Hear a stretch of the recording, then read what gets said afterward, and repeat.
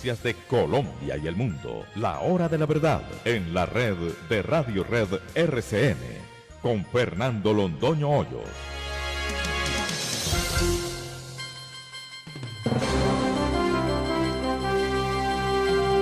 Muy buenos días, son las 6 de la mañana de este lunes 27 de abril del año 2020. Esta es la hora de la verdad y estos temas y asuntos que trataremos en la grata compañía de ustedes en las próximas horas. Si nos preguntan, queridos amigos, qué es lo que va a pasar hoy con la apertura en Colombia de las actividades o de algunas de las actividades que van a suponer el regreso de la economía, la respuesta que tendríamos que decir tranquilamente, serenamente, contundentemente, es que esto es un caos. Un caos. Si nos preguntan, ¿salimos o no salimos? Les decimos, pues no sabemos, porque el presidente dijo que sí, la alcaldesa dice que no, y el presidente finalmente dice que los alcaldes serán los que deciden. Total, el caos. Si ha habido un caos de autoridad en Colombia en su historia, es este.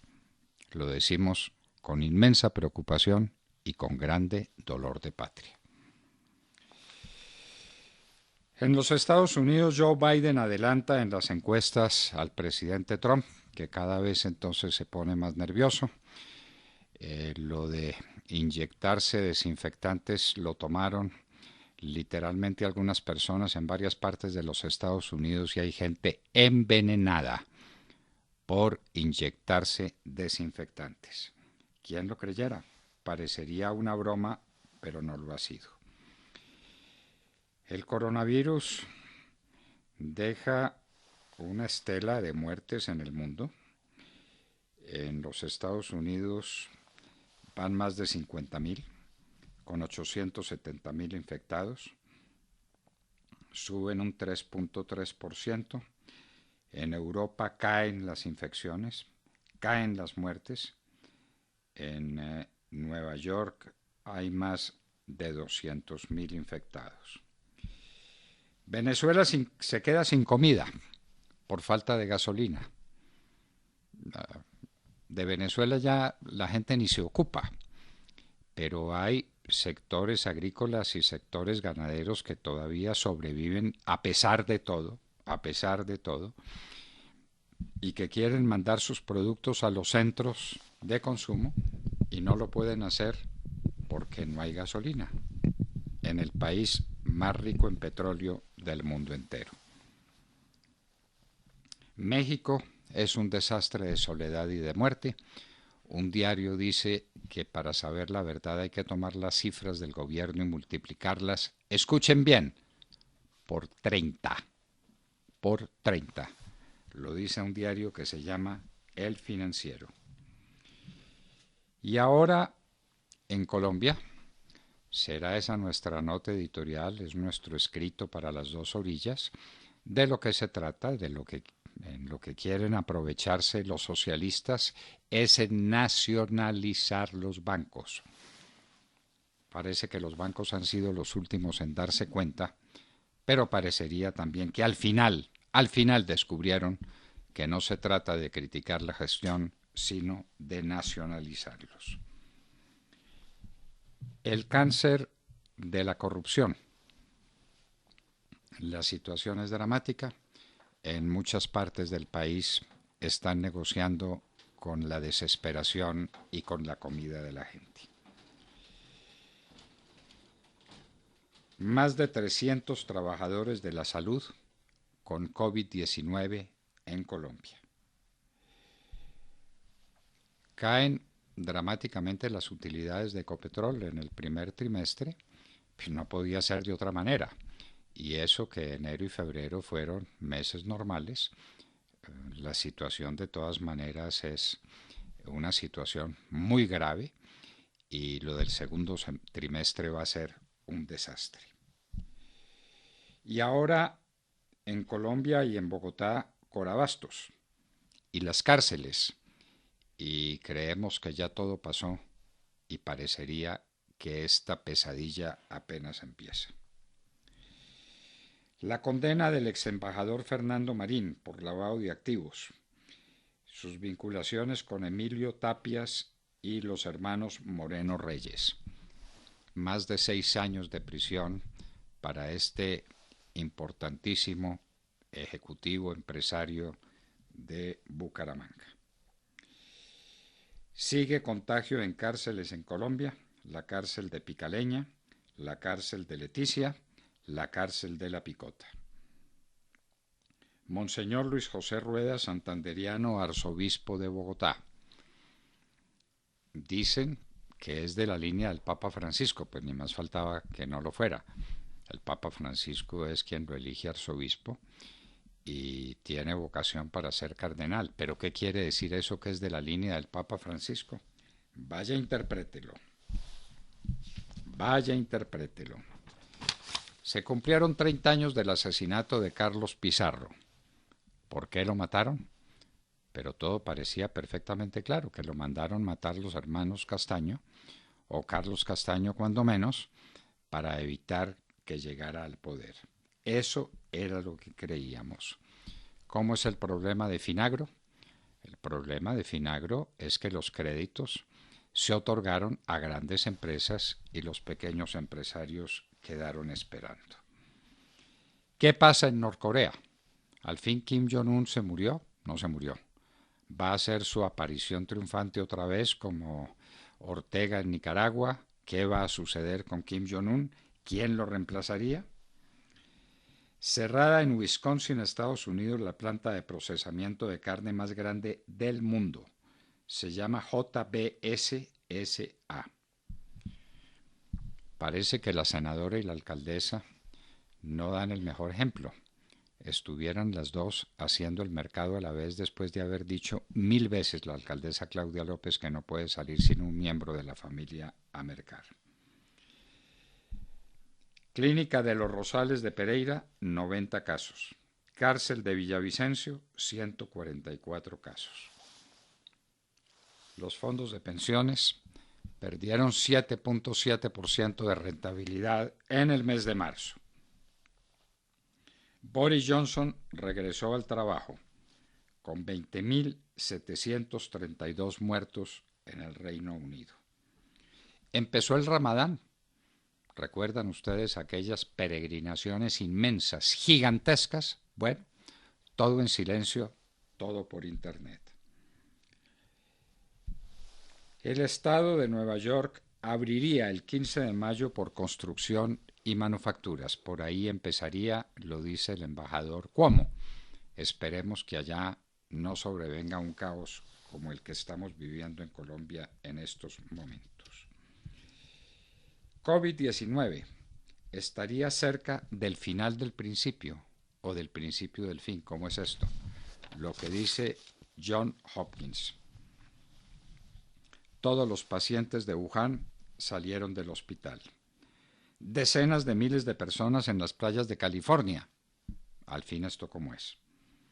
En el portaaviones Teodoro Roosevelt se confirmaron 840 marinos con COVID-19. Brasil. ¿Cuál es la verdad sobre Brasil? Algunos dicen que lo que está pasando no tiene importancia, que es una gripita, y otros dicen que es un verdadero caos en las grandes ciudades del Brasil. Y de México ya les recordamos que el diario El Financiero dice que las cifras del gobierno hay que multiplicarlas por 30 y que lo que está pasando en México es horroroso. Y en Hoy en la Historia, en un día como hoy, 27 de abril del año 711, empieza en firme la invasión musulmana a España. Año 711. Duraría hasta 1492. No fue simplemente una operación militar. Fue un cambio de vida, fue una concepción del mundo, fue una cosa muy distinta de lo que solemos entender por la invasión árabe en España.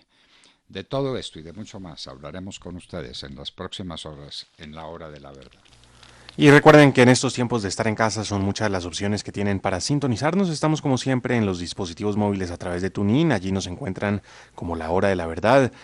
También estamos presentes a través de Facebook Live o a través de nuestra página de internet www.lahoradelaverdad.com.co. Y por supuesto que seguimos en medio de esta cuarentena nacional, trabajando de la mano con todo el equipo técnico de RCN que lleva la señal a los radios a través de las señales de Radio Red en los 710 AM en Medellín, 1200 AM en Cali y 970 AM en Bogotá. Y también se enlaza con nosotros la señal de Radio Sabana de Sincelejo a través de los 1370 AM. Recuerden que ahora estamos presentes en 9 plataformas de podcasts, principalmente estamos en Apple Podcasts y en Spotify. Allí pueden encontrar todo el contenido de nuestros programas y los oyentes son lo más importante que tiene La Hora de la Verdad. Por supuesto, con todos nos encanta siempre estar en contacto y lo hacemos de manera muy fácil a través de nuestras redes sociales. Estamos en Twitter como @Hora de la Verdad o también estamos en Instagram como @La Hora de la Verdad oficial y también estamos presentes a través de Facebook, muy pendientes de sus comentarios y de sus opiniones. Por supuesto, también estamos presentes en el chat de La Hora de la Verdad en nuestra página de internet www.lahoradelaverdad.com.co. En Colombia son las 6 de la mañana, 12 minutos. Continuamos con las noticias, con las más importantes del momento. Es momento de estar en casa, disfrutar en familia, recuperar el tiempo perdido y escuchar La Hora de la Verdad con Fernando Londoño Hoyos, de lunes a viernes de 6 a 10 de la mañana por Radio Red de RCN.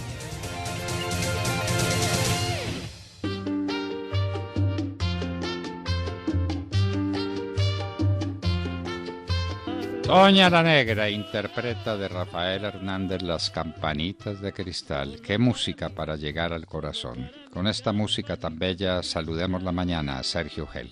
Doctor Londoño, muy buenos días para usted, para todos nuestros oyentes. Un desorden administrativo y un choque de poderes entre el gobierno nacional y el gobierno distrital de Bogotá, pues tiene en el limbo hoy a millones de personas que no saben si al fin podrán o no podrán salir a trabajar a partir de hoy. ¿Y por qué se presenta este desorden? Pues bien, el gobierno nacional dispuso que a partir de hoy y de manera gradual se podrían reabrir los sectores de construcción y de manufacturas, este último limitado a 8 subsectores. Sin embargo, el gobierno nacional dispuso que las empresas no podrán entrar a operar hasta tanto no se realice un proceso de validación ante cada secretaría municipal o distrital competente para esto, es decir, hasta que no se adelante un censo, un registro de esas empresas y de las personas que hacen parte de esos sectores habilitados y hasta tanto no se validen las circunstancias de bioseguridad de cada una de ellas. Así, cada municipio ha tomado entonces las decisiones que ha querido en medio de esta coyuntura y utilizando pues este decreto del gobierno nacional, y la alcaldesa Claudia López, para lo que tiene que ver con Bogotá, pues simplemente anunció que la cuarentena total en la capital del país sigue. Dijo que ya se inició el registro de las empresas de manera virtual, en donde ya quedaron habilitados los canales para hacerlo, y también advirtió que como el gobierno les dio 2 semanas para adelantar este registro, pues que durante estas 2 semanas y hasta el 11 de mayo, en cualquier caso, se adelantará también el registro del sector manufacturero, que quedará cerrado hasta entonces. Así pues que este es el confuso panorama con el que nos despertamos hoy en Colombia, con cada alcalde pues tomando las decisiones que cree son las más convenientes, adelantando estos registros que no son nada fáciles de implementar. En Cali pues ya hablan de un pasaporte de bioseguridad.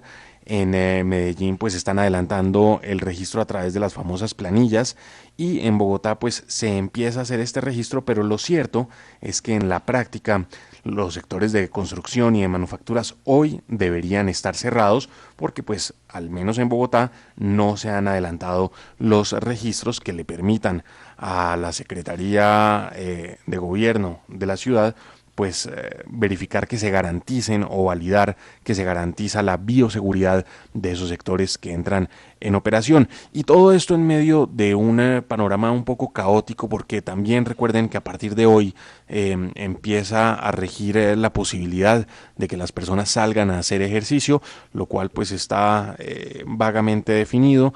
Para esto no aplica el pico y género, hay un horario de 6 de la mañana a 10 de la mañana en Bogotá para hacerlo. No puede ser más de 1 kilómetro, a más de 1 kilómetro de distancia del lugar de residencia, vaya usted a probar eso. No puede ser durante más de 1 hora, vaya usted a probar eso. Así que pues estamos en un panorama de incertidumbre, pero también aparentemente de mucho desorden, que ya veremos cómo se materializa y cómo se controla, porque lo cierto es que la alcaldesa está diciendo no, esos sectores se mantienen cerrados hasta que no se hagan los registros de bioseguridad. Y hay algunos sectores, pues que ya se están, algunos subsectores en la construcción y en las manufacturas que ya se están preparando para abrir desde hoy sus operaciones. Ya veremos pues qué pasa. Lo cierto es que hay un choque de poderes, pero también hay un cierto desorden administrativo generado por una normativa bastante confusa expedida desde el gobierno nacional. Averigüe de quién es esa expresión o confusión o caos. Si alguna vez fue aplicable, es ahora. Entonces, pregunta, ¿quién manda aquí? Y ese que manda, ¿cómo manda? ¿Y qué es lo que está dispuesto? ¿Y está abierta el ejercicio económico o no está abierto? ¿Y para cuáles sectores y para cuáles no? En fin, o confusión o caos. De Mar Corto. Doctor Fernando, compañeros de la mesa, oyentes de la Hora de la Verdad, muy buenos días. Esta será la semana número 3 de labores en el Congreso de la República, que seguirá con los debates de control político y con el control a los decretos legislativos dictados por el presidente de la República, Iván Duque. Pero los problemas siguen siendo las consideraciones encontradas entre un sector de la oposición que insiste en que las sesiones virtuales son inconstitucionales y por lo mismo ilegales, y otro que ha interpretado a nuestro parecer de manera correcta el artículo 140 de la Constitución y el decreto presidencial 491 del 2020, que dice en su artículo 12, sin perjuicio de las disposiciones contenidas en las normas vigentes en los órganos y corporaciones de todas las ramas del poder público podrán realizar sesiones no presenciales cuando por cualquier medio sus miembros puedan deliberar y decidir. Y es el caso de lo que tiene hoy el Congreso de la República, que lo está haciendo de manera responsable a través de la plataforma Zoom, que les permite a todos estar presentes en las sesiones plenarias.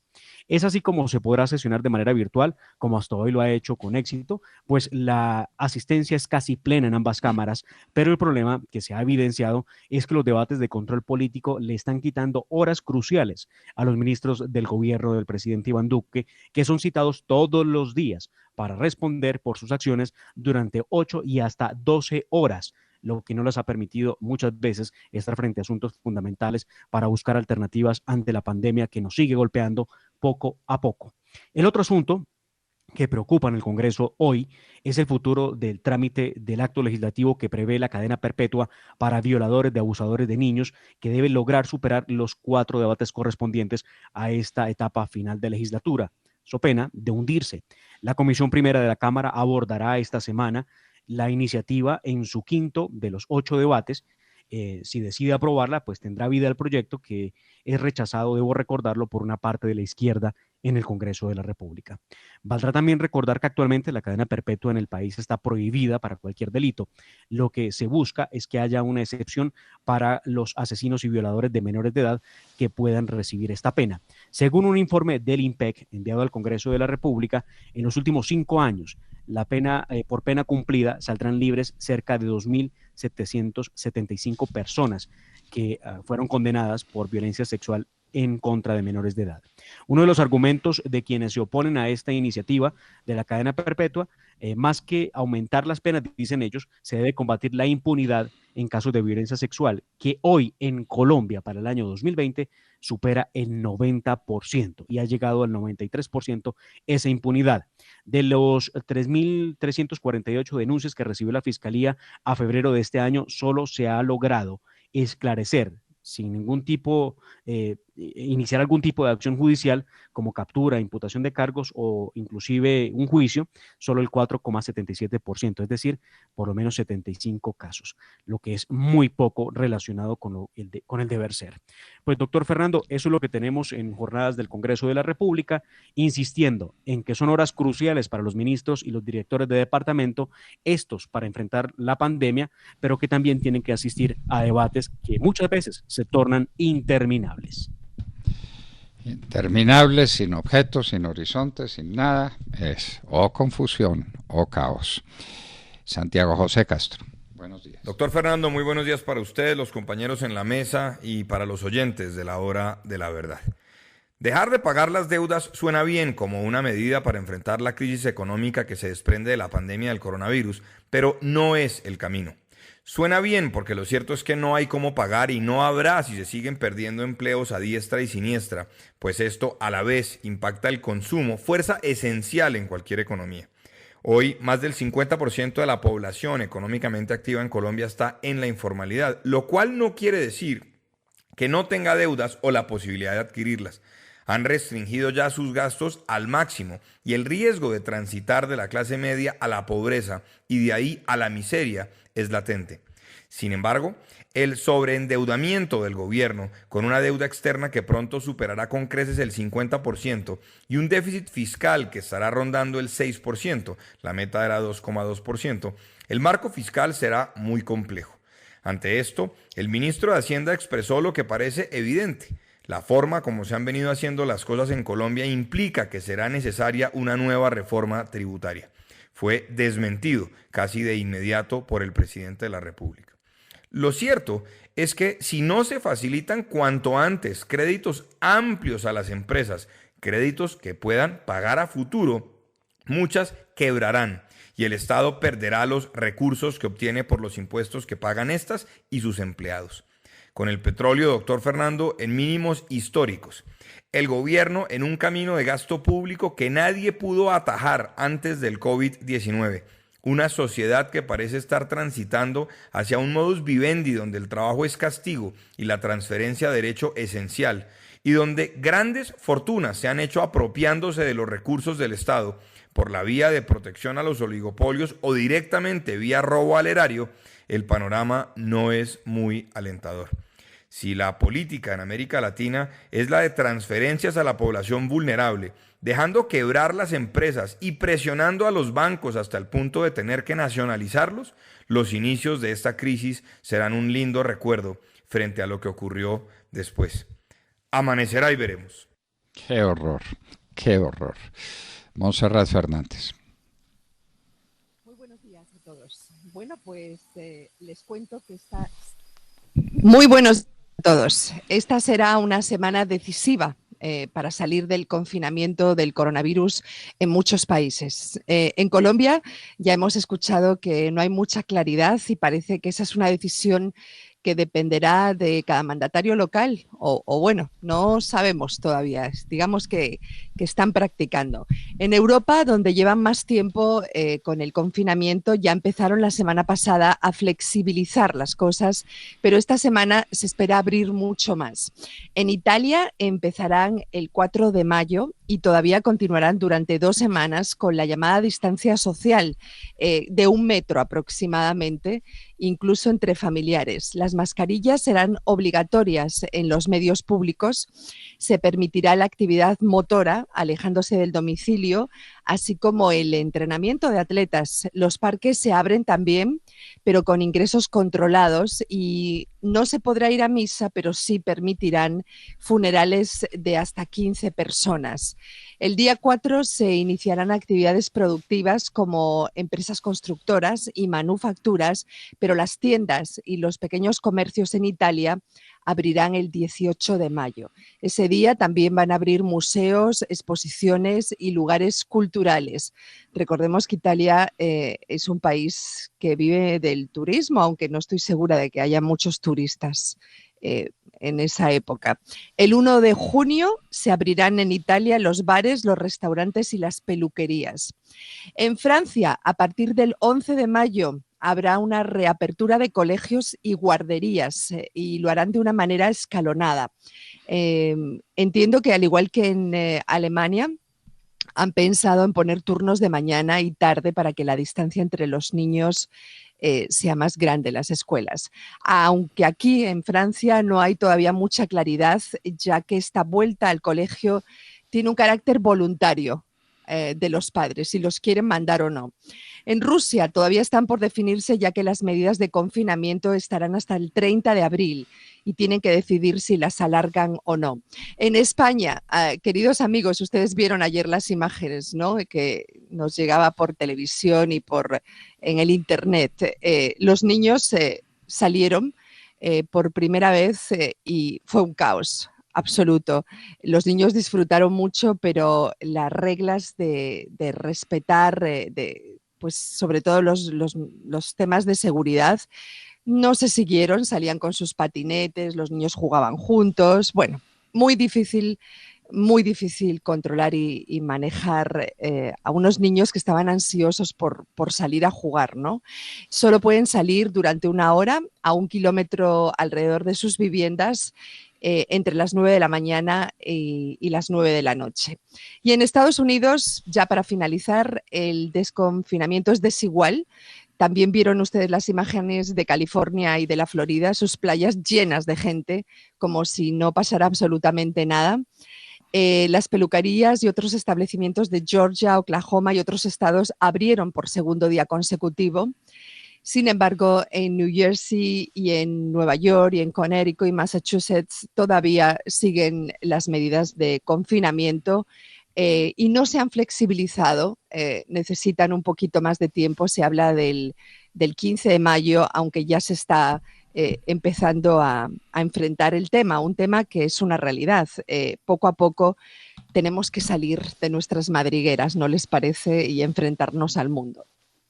Bueno, vamos a ver cómo nos va en ese enfrentamiento, ¿no? A ver quién gana. Tata sí. Castro. Muy buenos días a todos.